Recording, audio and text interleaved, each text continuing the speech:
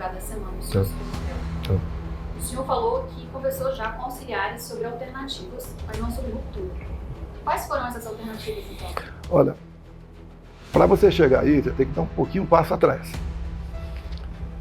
Eu sempre desconfiei das urnas eletrônicas, desde 2012. Não foi de agora. Junto com outros parlamentares, como Flávio Dino, Carlos Lupe, tá? E mais uma dezena deles. Em 2015, eu aprovei uma emenda a um projeto de lei eleitoral, cujo relator era o Rodrigo Maia, do Rio de Janeiro, trazendo o voto impresso, né? Daí a senhora Dilma Rousseff vetou, e nós derrubamos o veto, acredite, com maciço apoio, não foi na íntegra, mas maciço apoio do PT. Ato contínuo, o ministro Fux, eu não sei qual a função que ele estava no TSE, me convidou, eu fui conversar com ele, e ele começou a falar das medidas que estavam tomando para implementar o voto impresso em 2018. Tá? Eu fiquei feliz, obviamente, e ele falou, só podemos, dada uma situação financeira e tempo. Olá a todos do canal Web Mídia, sejam todos bem-vindos. Observe bem, pessoal, essa notícia que você vai ver agora. O ex-presidente Jair Messias Bolsonaro, né, ele vai fazer algumas revelações aí impactantes. Eu achei importante trazer isso aqui para vocês, porque assim, tá acontecendo muita coisa, tá muito rápido, e o pessoal aí, não sei se vocês já viram, né, aquela bizarrice, né, do atual presidente ali, ele na França. Não sei se o pessoal viu. Se o pessoal quiser aí, depois eu vou trazer um vídeo sobre isso, né, ele tentando ali fazer conforme aquele rapaz estava fazendo aquela manobra ali no chão. E pra mim aqui dali é uma bizarrice total, tá? Sabemos que tudo que vem acontecendo, né, ele tá tentando se aproximar do povo, mas sabemos, tá? Sabemos muito bem, pessoal, o que o ex-presidente Jair Messias Bolsonaro, ele sempre foi natural, ele sempre foi povão, tá? O povo tá com ele. E eu gostaria de saber o seu comentário aí, comente aqui se você tá com Jair Messias Bolsonaro, se você tá com o ex-presidente. E vamos aí para cima, né? 2026 tá chegando.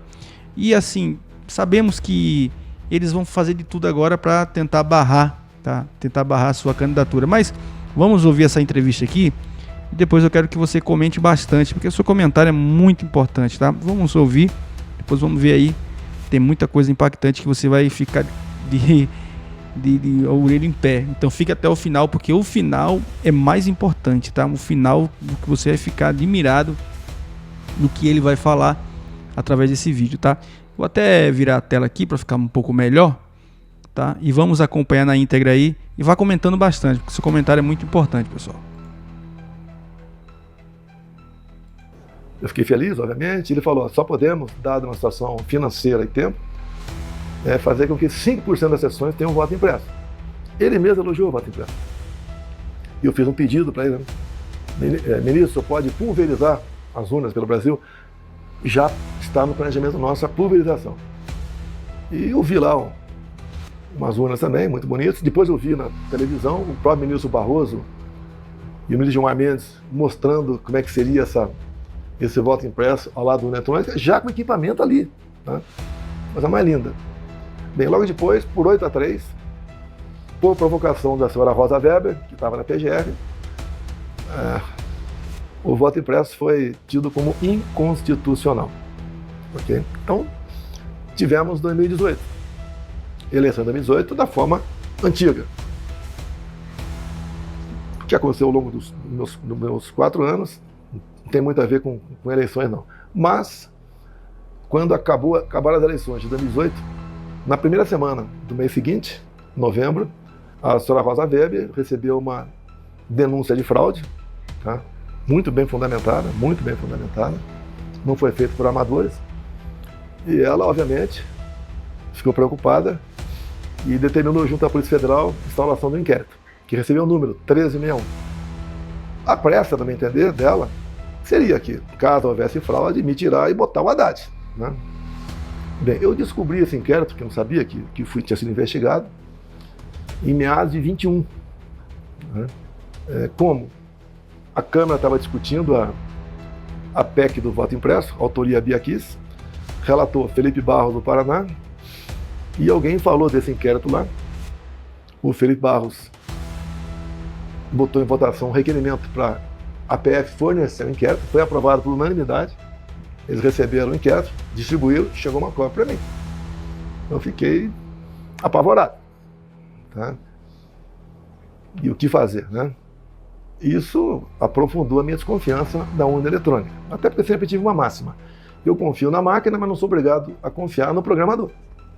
E esse inquérito tem 3 páginas que te deixa realmente estarrecido. Eu não posso falar o que são essas 3 páginas, o total não mais que 15 linhas,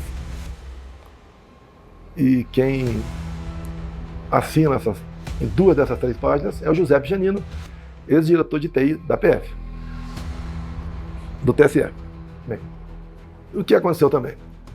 O ministro Fachin, presidindo o TSE, eu não sei o mês certo, de 22, ele faz uma reunião com embaixadores, uma política privativa do presidente da República.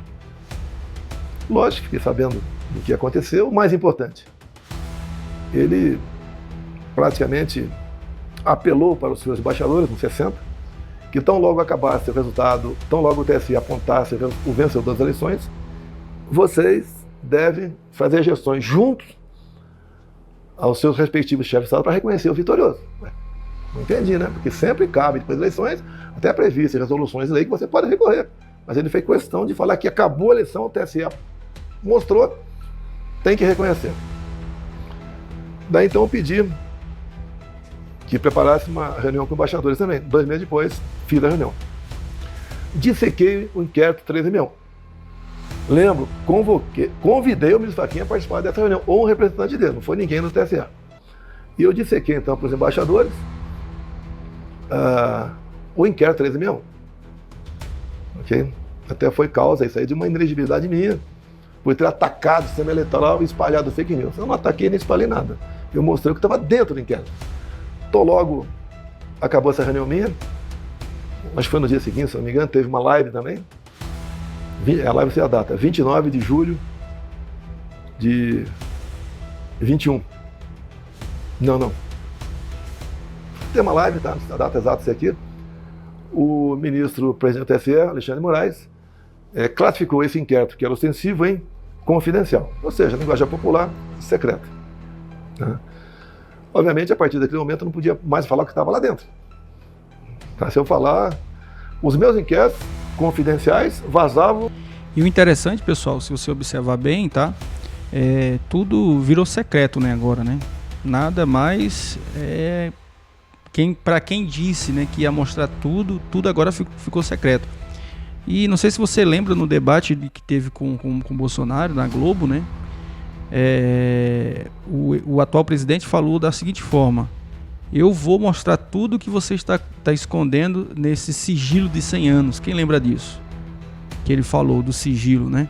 E agora tá tudo secreto, ninguém sabe de nada.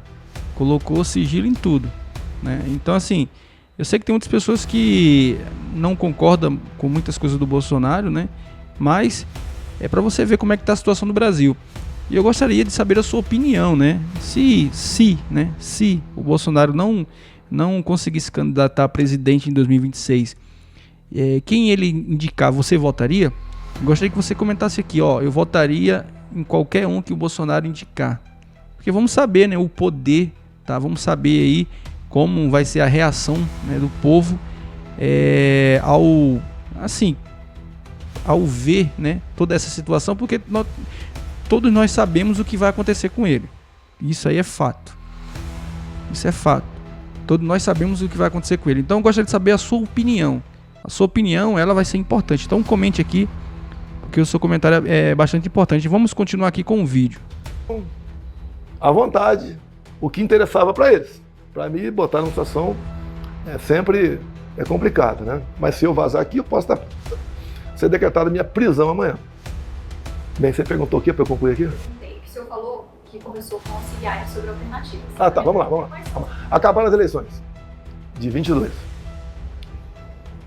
Eu não esperava aquele resultado. Tanto é apenas uma coincidência, né? Naquele tal vídeo da reunião do golpe, que tinha umas 30 pessoas com... E observa outra coisa também, pessoal, que ele tem sempre cuidado, né? O que ele fala, o pessoal vai em cima, né? Vai em cima, quer prender, quer fazer isso, quer fazer aquilo outro. Todos nós sabemos a situação hoje que está o Brasil. Ninguém hoje pode falar mais nada. Quem fala alguma coisa que é contra o atual governo, você está arriscado a ser preso. Ou não, né? Assim, é muito triste essa situação hoje que o Brasil está vivendo, né? Mas se Deus quiser, Deus vai mudar toda essa situação. E vamos continuar firme, tá? Vamos continuar aqui também vendo esse vídeo aí. Plaquinha na frente, né? Golpe com 30 plaquinhas na frente. Eu aumento o apelo para os ministros, né? Cada um mostrar o seu serviço, porque não adianta eu ter 70% dos votos na urna que iriam aparecer apenas 49%. Por coincidência, eu acertei. Né? Bem, então acabaram as eleições. O que nós fizemos? Em novembro de 22. A gente queria questionar de uma forma crescente o TSE, que faz parte da regra do jogo. Em 2014, o Aécio Neves fez isso, até fez uma auditoria externa com o seu partido para ver o que aconteceu nas urnas eletrônicas e o parecer final da auditoria foi que as urnas eram inauditáveis. Então nós entramos com uma petição. No dia seguinte, o senhor Alexandre Moraes mandou arquivar e nos deu uma multa de 22 milhões de reais. Eu nunca vi um advogado, a primeira vez que vai peticionar uma ação, tá? Tudo bem. Nós reunimos aqui, naquela época eu podia falar com o Valdemar, reunimos. Qual é a conclusão? Se a gente recorresse, a multa podia passar para 200 milhões, ou podia até ter o registro cassado do partido. O que para fazer? Se eu não vou recorrer à Justiça Eleitoral, pode ir para onde? Eu sempre falei em 4 linhas da Constituição, e assim eu agi ao longo do mandato.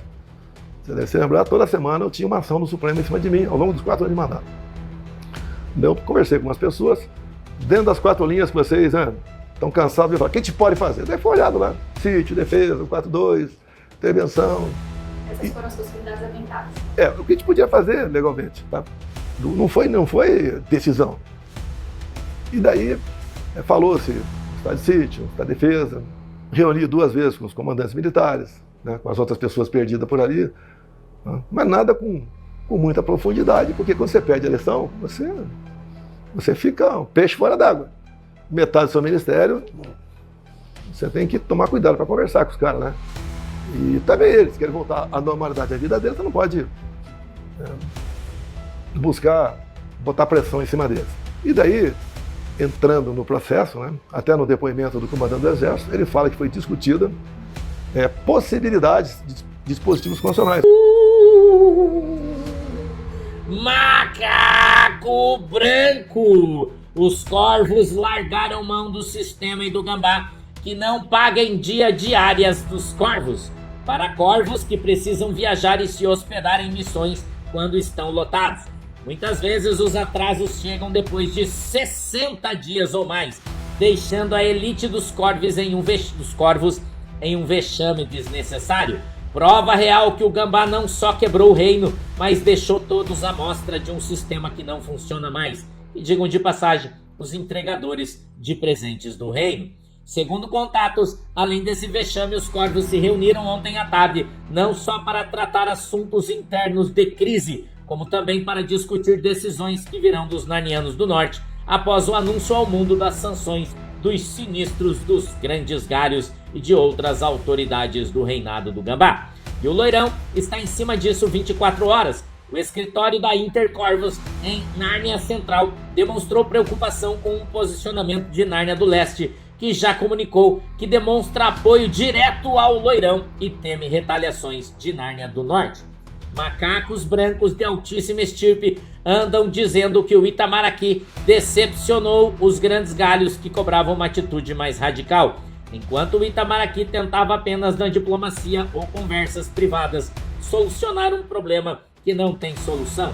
Sanções do norte por parte do Loirão, como já não bastava, o clima piorou e os grandes galhos faz o que se tornou sua marca oficial: ameaçar quem eles deveriam agradecer, pois logo vai chegar nas mãos deles. Sim, os gravatas que já estão sendo procurados pelo Departamento de Nárnia do Norte para negociar.